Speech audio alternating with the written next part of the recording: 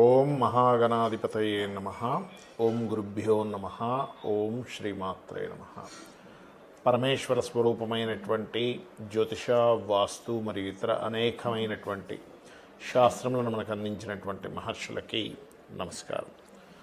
హయగ్రీవ హయగ్రీవ హయగ్రీవేతియో వదేత్తస్య నిస్సరతే వాణి జన్హుకన్యా ప్రవాహవత్. అరుణాం కరుణాతరంగితాక్షీం ధృతపాశాంకుశపుష్పబాణచాపాం అనిమాదిభిరావృతాం మయూకైః అహమిత్యేవ విభావయే భవానీం. శ్రీమాత్రే నమః. ప్రేక్షకులకి ఆ లలితాంబిక అమ్మవారి యొక్క అనుగ్రహం పరిపూర్ణంగా కలగాలని మనస్ఫూర్తిగా కోరుకుంటూ మనం ఈరోజు చెప్పుకోబోయేటువంటి టాపిక్ ఏమిటి అంటే బుధగ్రహము. ఒక్కొక్క గ్రహం గురించి మనం విశేషంగా చెప్పుకుంటూ ఉన్నాం. అందులో ప్రతి జాతకుడికి కూడా బుధుడు యొక్క పాత్ర ఏమిటి, బుధుడు బాగుంటే కలిగే ఫలితాలు ఏమిటి, బుధుడు ఇబ్బంది ఉంటే కలిగే ఫలితాలు ఏమిటి, మీ లగ్నరీత్యా, లగ్నం తెలియని వారు రాశిరీత్యా బుధగ్రహం యోగించాలంటే ఏం చేయాలి, బుధగ్రహం యోగిస్తే ఎంత రాజ్యయోగం పడుతుంది వ్యక్తికి, బుధగ్రహం కనుక పాడైతే ఎటువంటి ఇబ్బందులు పడతాడు, దాని నుంచి ఎలా బయటపడాలి అనేటువంటి విషయాలు, మరియు మీకు జాతక చక్రం లేనప్పుడు బుధగ్రహ ఫలితాలు వస్తున్నాయి అందుకే ఇబ్బంది పడుతున్నాం అనేటువంటి విషయాలు ఎలా తెలుసుకోవాలి అనేటువంటి అనేకమైనటువంటి అంశాలు చెప్తుంది నేనైనప్పటికీ కూడా చెప్పిస్తుంది సాక్షాత్ లలిత అమ్మవారిగా భావిస్తూ ఒక్కొక్క లగ్నం తెలియని వారి రాశి నుంచి మనం తెలుసుకుందాం. కన్యా లగ్నము, కన్యా రాశి. కన్యవారికి కనుక చూసుకున్నట్లయితే ఈ రాస్యాధిపతి లేదా ఈ లగ్నాధిపతి గుర్తుపెట్టుకోండి. ఈ లగ్నాధిపతి ఉదాహరణకి బుధుడు మీకు బుధరాశుల్లోనే ఉన్నాడు అనుకోండి. అప్పుడు ఏంటంటే వీళ్ళని మించినటువంటి వర్కాలిక్ పర్సన్ ఇంకోరు ఉండరు. అంటే వీళ్ళు అద్భుతమైనటువంటి వర్కింగ్ క్యాపబిలిటీ కానీ ఏదైనా మేనేజ్ చేయడం కానీ అద్భుతంగా మేనేజ్ చేస్తారు. ఇంక తిరుగుండదు పనే. అంటే ఏ విషయాన్ని ఎలా మేనేజ్ చేయాలి, కన్యా లగ్నానికి లగ్నంలో బుధుడు ఉంటాయి. అయితే ఇక్కడ మీరు ఒకటే గుర్తుపెట్టుకోండి, అది పాపకత్తెరలో ఉంటే దాని ఎనర్జీ తగ్గిపోతుంది, పాప గ్రహాలతో ఉంటే దాని ఎనర్జీ ఇంకా తగ్గుతుంది. సో దాని కండిషన్ అంటే మనకి ఉదాహరణకి మన దగ్గర ఒక వెపన్ ఉందండి, అది ఎంత షార్ప్గా ఉంటే దాంతో అంత పని బాగా నడుస్తుంది. షార్ప్గా లేదు వెపన్ ఉంది కానీ ఏం లాభం. అలాగే సేమ్ యాజ్ ఇట్ ఈస్ రెండులో ఉన్నాడు బుధుడు. ఈ లగ్నానికి శుభుడే కదా. సో ఎప్పుడైతే శుభుడు రెండులో ఉన్నాడో ఇది ఇచ్చేటువంటి రిజల్ట్ ఏమిటి అంటే వీళ్ళు కాస్త చరరాశుల్లో ఉన్నందుకు వీళ్ళ ఫైనాన్షియల్ స్టేటసెస్ కావచ్చు, వీళ్ళు కాస్త ఉన్న ప్రదేశం కాకుండా ఇతర ప్రదేశాలకు వెళ్ళడం ద్వారా బాగా కలిసి వస్తుంది వీరికి, అందులో ఎటువంటి సందేహం లేదు. అదేవిధంగా కొన్నిసార్లు ఏంటంటే వీళ్ళు చేసేటువంటి కొన్ని ప్రొఫెషన్ రిలేటెడ్ సంబంధించినవి గుప్తంగా కూడా పెట్టుకుని ఉంటారు రెండులో ఉన్నప్పుడు సర్వసాధారణంగా. ఇక మూడులో ఉండడానికి ఉదాహరణకి మంచి ఇంటెలిజెంట్గా పనిచేస్తూ ఉంటారు. అంటే ఒక వర్క్ చేసేటప్పుడు వీళ్ళకి ఏంటంటే కాకపోతే కొంచెం మూడులో ఉన్నప్పుడు శత్రుక్షేత్రంలో ఉన్నప్పుడు పనులన్నీ కొంచెం స్లో అవుతూ ఉంటాయి. అదొకటి చూసుకోవాలి. కెరియర్లో సడన్ చేంజెస్ ఎక్కువగా ఉంటాయి మూడులో ఉన్నప్పుడు. ఎందుకంటే దశమాధిపతి మూడులో ఉన్నాడు, లగ్నాధిపతి మూడులో అవుతున్నాడు, and 1 and 10th lord third హౌస్లో ఉన్నాడు. అదే 4లో ఉన్నాడు ఉదాహరణకి. వీళ్ళు మంచి విద్యావంతులు. అంటే వీళ్ళు ఎంత నాలెడ్జ్ గెయిన్ చేసుకుని ఉంటే మీరు అంత అద్భుతంగా కలిసి వస్తుంది. పంచమంలో ఉంది మీకు, మీ బుధుడు వెళ్ళి పంచమ స్థానంలో ఉన్నాడు, అంటే మకరంలో ఉన్నాడు కన్యా లగ్నానికి. అప్పుడు ఇచ్చేటువంటి ఫలితాలు ఏమిటి అంటే ఇట్స్ వెరీ క్లియర్. మీరు కెరియర్ పరంగా ఒక గవర్నమెంట్ ఆర్గనైజేషన్ రిలేటెడ్ కానీ విదేశాలకు వెళ్ళడం ద్వారా అక్కడ మీరు బాగా సక్సెస్ అవుతారు. అదే 6లో కనుక ఉన్నట్లయితే ఇక్కడ ఏంటంటే కొంచెం ఉన్న ప్రదేశం కాకుండా ఎక్కువ తిరగడం ద్వారా సక్సెస్ అవుతారు, గుర్తుపెట్టుకోండి. అది మెయిన్గా చూసుకోవాలి.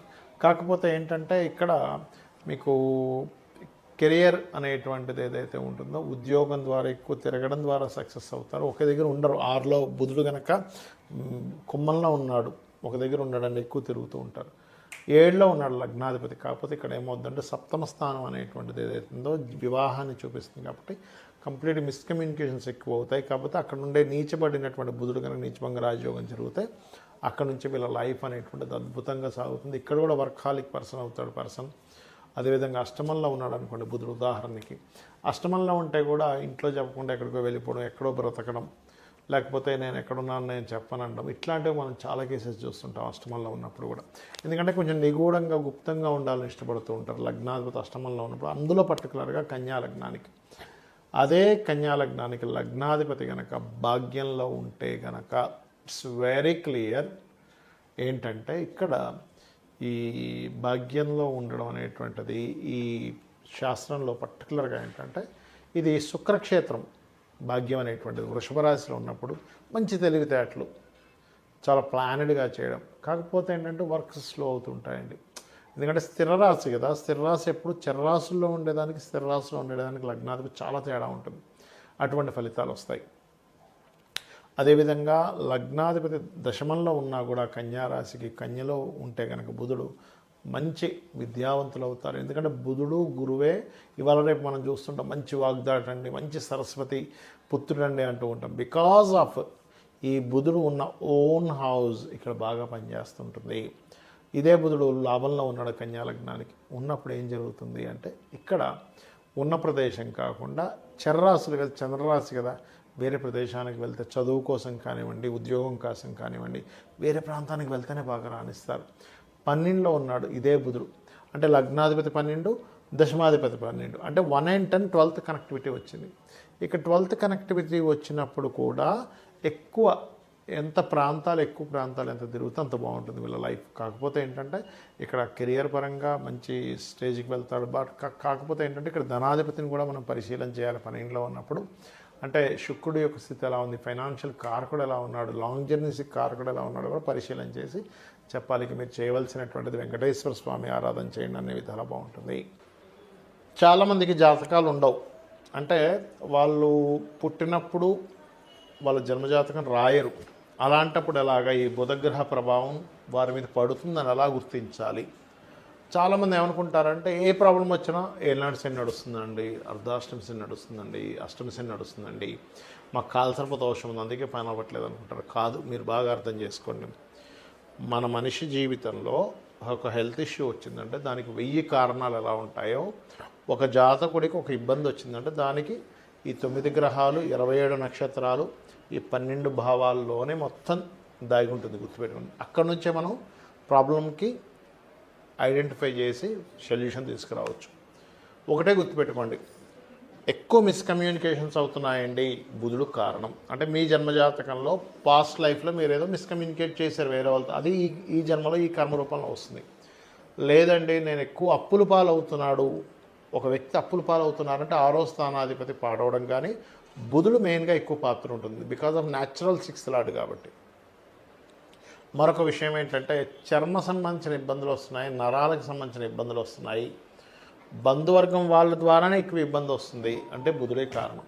అంటే బుధుడు కారణం అంటే ఇన్ సెన్స్ బుధుడే మేము ఇదేం పగబట్టి చేయట్లేదు ఆ పని. ఇక్కడ ఏంటంటే పాస్ట్ లైఫ్లో పోయిన జన్మలో వీళ్ళు కృతజన్మలో చేసినటువంటి బుధ సంబంధించిన కర్మ, అంటే బంధువర్గం వారినే మీరు ఇబ్బంది పెట్టారు, ఆ రూపంలో వస్తుంది. అది మీరు నేను అందరం సమానమే.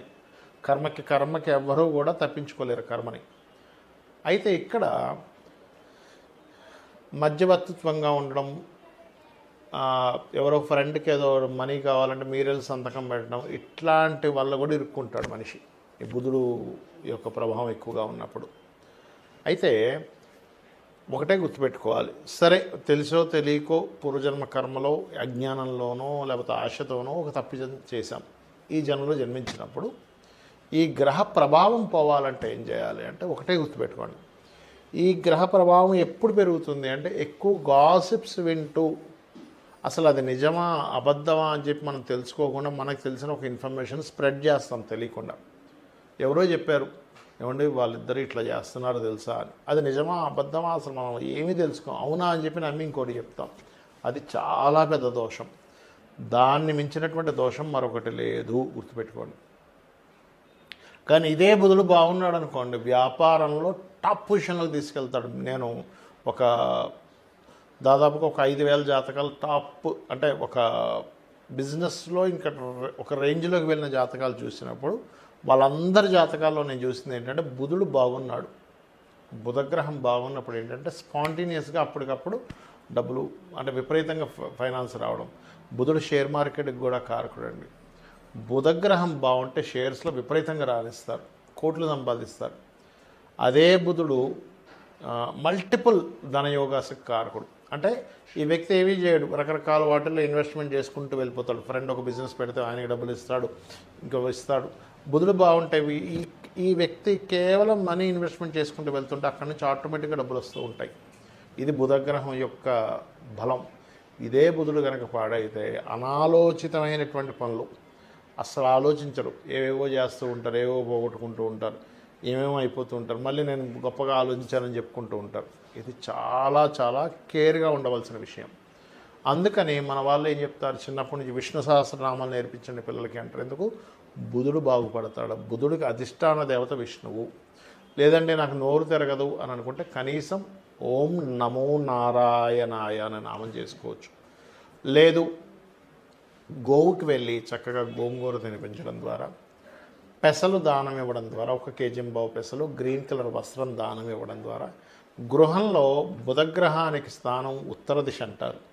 ఉత్తరంలో మీరు కనుక ఏదైనా ఎల్లో కలర్ కానీ లేకపోతే మన రెడ్ కలర్, పింక్ కలర్స్ ఇట్లాంటివి ఉత్తరంలో వేస్తే కూడా బుధగ్రహ ప్రభావం నెగిటివ్గా పనిచేస్తూ ఉంటుంది. ఉత్తరంలో ఎప్పుడు కూడా వైట్ కలర్ ఉండాలి, గుర్తుపెట్టుకోండి. ఎంత వైట్ కలర్ ఉంటే ఉత్తరం వైపు మీకంత ఫైనాన్షియల్ గ్రోత్ పెరుగుతూ ఉంటుంది. కాబట్టి మీరు ఒకటే గుర్తుపెట్టుకోండి, బుధుడు మీ జన్మజాతకంలో పాపగ్రహాల మధ్యన ఉన్నాడు అంటే 3 విషయాలు ముఖ్యంగా గుర్తుపెట్టుకోవాలి. అప్పుల జోలికి వెళ్ళొద్దు, అప్పులు ఇవ్వడం కావచ్చు, తీసుకోవడం కావచ్చు, వెళ్ళొద్దు. రెండవది, గాసిప్స్ని నమ్మి ఏ పనులు చేయొద్దు, గాసిప్స్ని స్ప్రెడ్స్ చేయకూడదు. అంటే వీళ్ళనే కదా, ఎవరు కూడా స్ప్రెడ్ చేయకూడదు.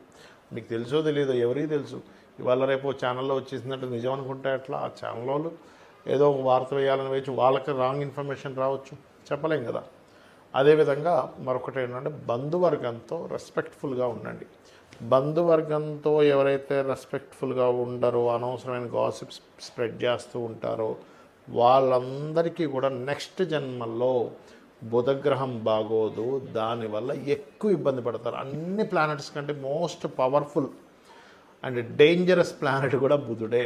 కాబట్టి ఈ బుధగ్రహ అనుగ్రహాన్ని మీరు పరిపూర్ణంగా పొందాలని విష్ణు సహస్రనామాలు, లలితా సహస్రనామాలు, అందులో ముఖ్యంగా ఇంకా మీకు బుధగ్రహ ప్రభావం ఇంకా బాగుండాలంటే లలితా సహస్రనామాలో ఒక మంత్రం ఉంటుంది, ఓం కర్పూర వీటికామోద సమాకర్ష దిగంతరాయే నమః. ఇచ్చేయండి, అన్ని విధాలా బాగుంటుంది.